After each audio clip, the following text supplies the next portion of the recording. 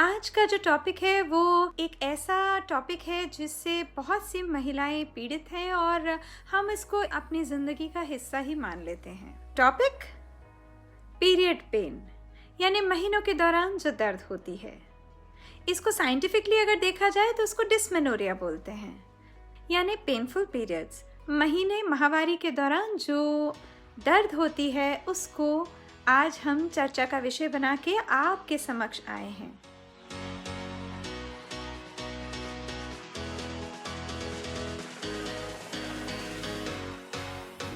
महिलाएं 14 से 44 साल की उम्र में फर्टाइल होती हैं, उसी दौरान उनके महीने आते हैं। 95% चांस है कि आपको कभी ना कभी अपने इस रिप्रोडक्टिव फेज ऑफ लाइफ में पीरियड में पेन होगी ही। तो जहां 100 में से 95% आंकड़े हैं कि हम लोगों को महीने का दर्द हो, कभी ना कभी 30 साल की 14 से 44 साल की जो अनुमानित उम्र होती है जिसमें महीने आते हैं, जिसमें कि एक औरत को फर्टाइल माना जाता है, महीने के दौरान अगर में पेन है तो वो नॉर्मल है कि वो नहीं है। तो आम तौर पे वो नॉर्मल बात ही होती है और किसको कितनी दर्द होती है और कितना वो सहन शक्ति रखती है उसके प्रति, उसकी मनोस्थिति क्या होती है, उसके बारे में जो अनुमान है वो तो मरीज़ खुद ही लगा सकता है। जिसे कि हम पेन स्कोर कहते हैं, जो कि 0 से 10 0 to 10 के स्केल में होता है और हम मरीज़ से ये पूछते हैं कि आपको कितनी दर्द है। आपके हिसाब से ये दर्द की पीड़ा वो किस नंबर पे आप अंकित करेंगी। जाहिर सी बात है कि जिसको दर्द होती है वही जानता है कि उसकी दर्द का अनुमान कितना है और हम उन्हीं की बात पर चलते हैं। महीने के दौरान दर्द 2 किस्म की होती है। एक दर्द होती है जो कि महीने से करीबन 1 दिन, आधे दिन, 1.5 दिन, 2 दिन भी पहले आ सकती है और जब महीना होता है तो उस दिन वो अपनी पीक पर, चरम सीमा पर होती है और उसके दूसरे दिन के अंत तक आमतौर पे थोड़ी कम हो जाती है। 3 से चौथे 5वें दिन कम होती चली जाती है। ये आम प्रक्रिया है और इसको स्पैज़मोडिक डिस्मेनोरिया बोलते हैं, यानी कि जब महीना आया तो बच्चेदानी के अंदर एक मरोड़ सी पड़ी और वो जो स्पैज़म्स, मरोड़े आई, उनकी वजह से हमें दर्द हुई। दूसरी तरफ दर्द महीने के साथ शुरू होती है, पर जैसे जैसे महीना गुजरता जाता है, यानी खून आता है, पहला दिन, दूसरा दिन, तीसरा दिन, चौथा दिन, दर्द 80 से चौथे दिन पर अपनी चरम सीमा छूती है और कम होने की जगह बढ़ती चली जाती है और ये दर्द 5वें, 6ठे, 7वें, 8वें दिन तक भी रह सकती है और पूरे महीने भी हो सकती है और महीने शुरू होने के बाद काफ़ी दिन तक रह सकती है। स्पैज़मोडिक डिस्मेनोरिया है वो आमतौर पर नॉर्मल स्त्रियों में, बच्चियों में, लड़कियों में होता है और इसको क्या हम कोई पीड़ा या बीमारी लें तो आमतौर पे नहीं, क्योंकि जब एक लड़की का, स्त्री का महीना प्रति माह नियमित रूप से महीना उसका होता है तो प्रति माह एक अंडा आमतौर पे हर महीने बनता है और जब वो अंडा बनता है तो वो अंडा बना है और वो अच्छी प्रक्रिया थी और जो बच्चेदानी की जो अंदर की परत थी, जिसे एंडोमेट्रियल लाइनिंग थिकनेस बोलते हैं, वो बढ़िया से बनी और उसके बाद जब वो छटती है, यानी कि एंडोमेट्रियल शेडिंग होती है, तो उस वक्त जो दर्द होती है वो आम तौर पे नॉर्मल मानी जाती है। अब आप कोई बोलेंगे कि दर्द भी कोई नॉर्मल चीज़ होती है, डॉक्टर आप क्या बात कर रही हैं, पर मैं आपको यही बता रही हूँ कि हम इसको कोई बीमारी, पीड़ा नहीं मानना चाहेंगे। पर हाँ, अगर ये महीने के दौरान की जो दर्द है ये बहुत ज़्यादा हो रही है तो आप डॉक्टर के पास जाइए। डॉक्टर आपसे कुछ सवाल पूछेंगे, आपको जांच करेंगे, ज़रूरत पड़ेगी तो सोनोग्राम यानी अल्ट्रासोनोग्राफी, अल्ट्रासाउंड भी कराएंगे, देखने के लिए कि अंदर कोई ऐसा कारण तो नहीं है जिसकी वजह से दर्द हो रही है। ऐसा भी होता है कि हमें पहले तो इतनी दर्द नहीं होती थी और अब हमें दर्द बढ़ती चली जा रही है। तो यदि कोई छोटी लड़की है जिसके अभी ही महीने शुरू हुए हैं तो शुरू के 1-2 साल ऐसा हो सकता है कि उसके महीनों में कोई दर्द ना हो और उसके बाद वो कहे मम्मी अब तो मेरी दर्द बढ़ रही है। कि वो जो दर्द बढ़ती चली जा रही है वो इसलिए हो रहा है क्योंकि अब महीना नियमित हो रहा है। अब अगर आपके 2-3 साल गुजर चुके हैं और आपके महीने नियमित हो गए हैं और आपको जितनी भी दर्द होती है, हल्की फुल्की या ज़्यादा, अगर उससे भी ज़्यादा हो रही है, यानी कि जो पहले महीने आते थे उससे अब दर्द ज़्यादा हो रही है, बढ़ोतरी हो रही है, तो आप कृपया डॉक्टर के पास जाएं, क्योंकि इसके कई कारण हो सकते हैं, जिसमें सर्वप्रथम और सबसे जो आम कारण है वो है इन्फेक्शन। यानी कि जो नीचे आपके ओवरीज, ट्यूब्स, वजाइना, ये जो आपके प्राइवेट पार्ट्स हैं, जो आपके इंटरनल ऑर्गन्स हैं फीमेल के, जिसे पेल्विक ऑर्गन्स बोलते हैं, उसके अंदर इन्फेक्शन हो गई है तो पेल्विक इन्फ्लेमेटरी डिजीज PID हो सकती है। यदि आपको लग रहा है कि मेरा दर्द भी बढ़ रही है, मेरी खून जाने की मात्रा वही है, या दर्द बढ़ रही है, खून जाने की मात्रा बढ़ गई है, या दर्द बढ़ रही है और खून जाने की मात्रा कम हो गई, सारी परिस्थितियों में आप जाएं।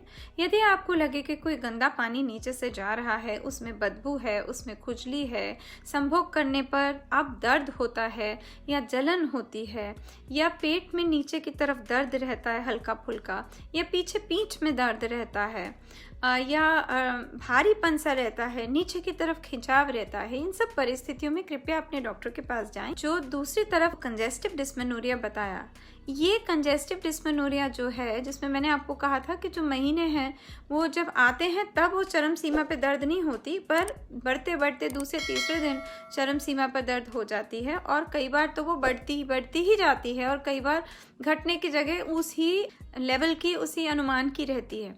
तो इन कारणों में आमतौर पे ये पेल्विक इन्फेक्शन देखी गई। कभी कभी बच्चेदानी में रसोली होती है, कभी कभी बच्चेदानी के अंदर एक मस्सा यानी पॉलिप होता है, कभी कभी दोनों जो अंडेदानियाँ होती हैं, ओवरीज होती हैं, उसके अंदर पीत इन्फेक्शन हो सकती है, कभी कभी जो नलें होती हैं, फेलोपियन ट्यूब्स हैं, उसमें इन्फेक्शन, पानी, पस, पीत कुछ भी हो सकता है। और कई बार तो एक बीमारी होती है जिसको बोलते हैं एंडोमेट्रियोसिस, वो भी हो सकता है। एंडोमेट्रियोसिस में आम तौर पर आपकी जो अंडेदानियाँ, ओवरीज होती हैं, उसके अंदर खून जम जाता है, और वो जमा हुआ खून जो होता है वो माहवारी का खून है, जो कि माहवारी का कण आपके ओवरीज के अंदर हर महीने हो रहा है, और उसको बाहर आने की कोई जगह नहीं मिल रही है, क्योंकि देखिए जो बच्चेदानी में माहवारी हो रही है वो तो खून बाहर निकल रहा है, उसकी तो लाइनिंग शेड हो रही है, पर जो बच्चेदानी के मसल में, मांसपेशी में, या उसकी जो कवरिंग है, या जो ट्यूब है, या जो ओवरी है, या पेट में आसपास बच्चेदानी के जो ऑर्गन्स हैं, जैसे कि पेशाब की थैली, यूरिनरी ब्लैडर, रेक्टम जो कि नीचे की इंटेस्टाइन का हिस्सा है, या पेरिटोनियम जो कि आपके एब्डोमेन के अंदर के हिस्से हैं, उसके अंदर भी कई बार महीना होता है, जो कि वहीं पर ही जमा रहता है, उसको बाहर आने की जगह नहीं मिलती। जब ताज़ा महीना होता है तो वो वहीं पर फिर ब्लीड करता है, तो उस जगह नहीं मिलती, तो वो दर्द होती है। और कई बार तो ये भी होता है कि वो जो वहाँ पे खून है, अब वो कहीं जा तो सकता नहीं है, तो ये ज़रूरी नहीं है कि जब महीना आ रहा है सिर्फ तब दर्द हो रही है, जब महीना नहीं भी आ रहा तब भी दर्द हो रही है। तो इस एंडोमेट्रियोसिस में ये अनुमान लगाना कि केवल महीने के दौरान दर्द होगी या जब महीना नहीं है तब भी दर्द होगी, ये मुश्किल है। एंडोमेट्रियोसिस की लेवल होती है, जैसे कि सबसे कम लेवल 1 मानी गई, फिर 2, 3, 4 सबसे ज़्यादा मानी गई, पर अगर हमारी 4 लेवल है तो हम सोचते हैं कि बहुत ज़्यादा बीमारी है। बिल्कुल सही बोल रहे हैं, पर हमें फिर तो बहुत ज़्यादा दर्द भी होनी चाहिए, पर ये तो गलत है, ऐसा नहीं है। हो सकता है कि एंडोमेट्रियोसिस की सिर्फ लेवल 1 हो, सबसे कम हो, पर दर्द चरम सीमा पर हो सकता है कि लेवल 4 हो, यानी बीमारी बहुत फैली हो पर दर्द बहुत कम हो। तो एंडोमेट्रियोसिस में जो पेट में दर्द होती है, खासकर जो पीरियड के दौरान होती है, या पीरियड जब चले भी जाते हैं तो भी दर्द होती है, उसमें एंडोमेट्रियोसिस कितनी फैली हुई है, कितनी हाई लेवल की है, कितनी हाई स्प्रेड की है, उसका पीरियड की पेन की मात्रा है उसके साथ अनुमान नहीं लगाया जा सकता, डायरेक्ट कोरिलेशन नहीं है।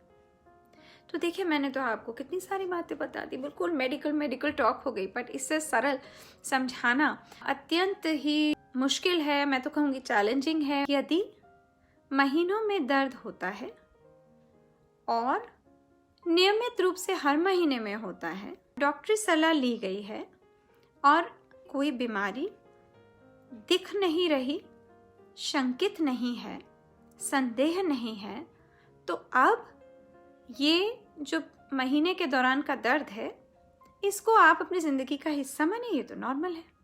पर फिर भी दर्द हम कितना सहेंगे, क्यों सहेंगे, और इसका क्या इलाज है, और क्या कुछ घरेलू इस इलाज हैं, घरेलू नुस्खे हैं, कुछ नेचुरोपैथी में हैं, कुछ क्या हमारे ज़िंदगी का चलन यानी लाइफस्टाइल मॉडिफिकेशंस करने से होगा, क्या कुछ दवाइयों से होगा जो कि पेन किलर्स हैं, या कुछ हार्मोन की मेडिसिन से होगा। तो इस पर हम अभी विस्तार से चर्चा करते हैं। अगर आपको महीने के दौरान दर्द हो रहा है और डॉक्टर ने आपको ग्रीन सिग्नल दे दिया कि नहीं ऐसी कोई तकलीफ नहीं है, तो पहले तो आप उस दर्द को अपनी ज़िंदगी में अपनाएं। दर्द सहने के लिए मैंने नहीं कहा। यदि महीने हो, चाहे दर्द हो चाहे ना हो, आप बिस्तर पे न लेट जाएं, काम पे जाना न छोड़ दें, अपनी ज़िंदगी की प्रक्रिया को पूर्ण तरह से करने की कोशिश करें।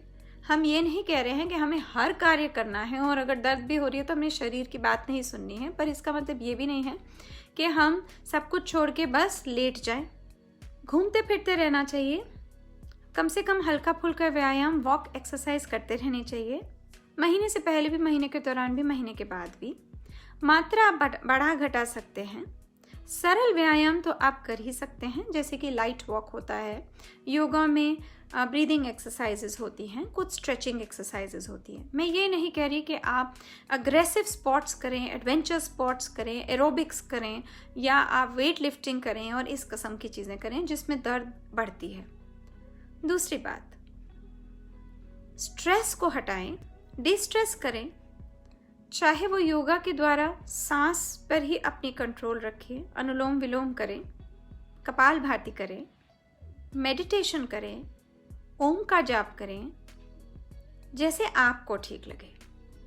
तो सबसे पहले अपनाएं इसे। नंबर 2, अपने शरीर को अप्रिशिएट करें और अपनी बॉडी की लैंग्वेज को समझें और इस बात में संतुष्टि लें, गर्व महसूस करें कि मैं महिला हूं और ये महीने मुझे दिए हैं और इसी के चलते मेरे शरीर में अंडा बनता है और इसी के चलते मैं माँ बनती हूँ और इसी के चलते मैं गर्भवती होती हूँ और इसी से मेरा अस्तित्व है और मेरा ममत्व है। तीसरी बात मैंने आपको बताया, व्यायाम। चौथी बात, तनाव मुक्त रहना। पांचवी बात, खूब सारा पानी का सेवन करना, फ्लूइड इनटेक अच्छी रखना, चाहे वो पानी है, चाहे वो रस है, चाहे वो जूस है। छठी बात, अपनी खुराक का ध्यान रखना, संपूर्ण खुराक खाएं, बैलेंस्ड न्यूट्रिशन रखें, ग्रीन वेजिटेबल्स को, आयरन रिच फूड को इंक्लूड करें क्योंकि खून जाता ही है। दूध का सेवन करें। जब दर्द होता है तो आप देखेंगे यदि आप ठंडे पदार्थों का सेवन करेंगे तो वो दर्द बढ़ता है, वो मरोड़े, वो क्रैम्प्स बढ़ते हैं। यदि आप गुनगुना पानी लेते हैं ठंडे फ्रिज के पानी के बजाय, बर्फ ना डालें उस पानी में, तो आपको गुनगुने पानी से राहत होगी। नहीं तो रूम टेम्परेचर का पानी या वार्म बेवरेजेस, हॉट बेवरेजेस, जैसे आपको उचित लगे। दर्द अगर हो रही है तो आप हॉट वाटर बॉटल्स का इस्तेमाल कर सकती हैं सेक के लिए। हीटिंग पैड्स भी आते हैं, उसका भी इस्तेमाल कर सकती हैं। कई बार ये भी देखते हैं कि जब महीना आता है तो कई लोगों को कब्जी हो जाती है और कई लोगों का पेट चल पड़ता है। आमतौर पे पेट चल पड़ता है, हल्की सी लूज मोशन हो सकती है, उसमें घबराने की बात नहीं है, आपको डायरिया नहीं हुआ, बहुत लोगों के साथ ये होता है। अब अगर दर्द है तो दर्द के लिए आप पेन किलर ले सकते हैं। दर्द के लिए जो दर्द का कारण है वही आपका सर दर्द का कारण नहीं है। जो दर्द की दवाई है आपके महीने की, वही आपकी बुखार की दवाई नहीं है। ये फर्स्ट लाइन मेडिसिन नहीं है, चॉइस की मेडिसिन नहीं है। कुछ दूसरी मेडिसिन हैं जो कि दर्द प्रोस्टाग्लैंडिन्स की वजह से होता है, उसको तोड़ने के लिए दी जाती हैं। वो डॉक्टर के संपर्क में रहिए, डॉक्टर आपको बोले उसके अनुसार वो खाएं और वो आमतौर पे भरपेट खानी चाहिए। आपने खाने के बाद, सेवन करने के बाद पानी ज़्यादा पीना चाहिए। और अगर आपको लूज मोशन है तो परेशान नहीं होना है, उसके लिए कोई एंटीबायोटिक दवाई लेने की ज़रूरत नहीं है। और अगर आपको लगे कि मेरे को एसिडिटी हो रही है, यानी कि छाती में जलन हो रही है, पेट में जलन हो रही है, तो आप एंटी एसिडिटी की दवाई खाइए। चाहे आप पेन किलर खा रही हैं या नहीं, पर एंटी एसिडिटी की आप दवाई खा सकती हैं। और अगर पेन किलर खा रही हैं और एसिडिटी होती है तो ज़रूर एंटी एसिडिटी की दवाई भी खाइए। अब अगर ये दवाई हम खा रहे हैं तो हम ये तो नहीं कह सकते कि हम एक गोली खा रहे हैं तो वो पूरे 5 दिन का जो महीना है सारे टाइम का दर्द गायब हो जाएगा। तो उम्र के हिसाब से, वज़न के हिसाब से, दर्द के हिसाब से और कितने दिन दर्द है और कितने दिन महीना चल रहा है उसके हिसाब से केवल एक गोली से काम नहीं चलता है। दिन में 3 गोली भी खा सकते हैं, 4 गोली भी खा सकते हैं और कई बार छोटी डोज होती है, कई बार बड़ी डोज होती है। वो डॉक्टर आपको समझाएंगे और आप जब समझ जाएंगे तो वो आप अपने आप ओवर द काउंटर मेडिसिन है ये, जो आप केमिस्ट से जाके ला सकते हैं और आप खा सकते हैं। अगर आपको लगता है कि इससे तो दर्द कम नहीं हो रहा, कई लोगों को तो चक्कर आ जाता है, कई लोगों को उल्टी आ जाती है, कई लोगों को खून के साथ खून के पीसेस यानी कतले आने लगते हैं, मेम्ब्रेन्स आने लगती हैं, तो डॉक्टर को संपर्क करें। किसी को अगर इन कारणों की वजह से दर्द बहुत ज़्यादा है और दर्द इन सब दवाइयों को मैक्सिमम डोज पे देने पर भी नहीं रिलीव हो रहा है, तो उनको गर्भ निरोधक गोलियां दी जा सकती हैं। अनचाहा गर्भ की वजह से गर्भ निरोधक गोली ही केवल नहीं दी जाती, पर क्योंकि ये महीना ही हार्मोनल चेंज से होता है, तो अगर हम ये हार्मोनल चेंज हटा दें और वो अंडा ना बने, जो कि गर्भ निरोधक गोली का काम है, तो वो दिया जा सकता है। और भी कुछ हार्मोन्स होते हैं जो दिए जा सकते हैं, जो कि डॉक्टरी सलाह की बातें हैं। यदि कोई बीमारी निकलती है, जैसे कि इन्फेक्शन जांच में निकलती है, तो डॉक्टर आपको 7 दिन 14 दिन का एंटीबायोटिक का कोर्स दे सकते हैं, न केवल एक दवाई का पर 2 दवाइयों का भी।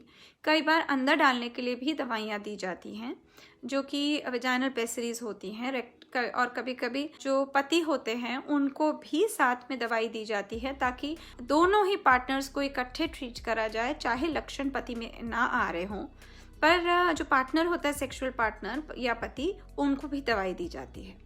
जो एंडोमेट्रियोसिस होती है उसके लिए अगर ज़रूरत पड़ती है तो गर्भ निरोधक गोलियां देते हैं या GnRH एनालॉग्स देते हैं, या फिर कई बार ऑपरेशन करके अगर कुछ खून जमा होता है तो उसको भी हटाते हैं। इसी तरह अगर ये दर्द बढ़ा हुआ है क्योंकि एक रसौली है या मस्सा है, तो उसके लिए मेडिकल या फिर सर्जिकल मैनेजमेंट किया जाता है।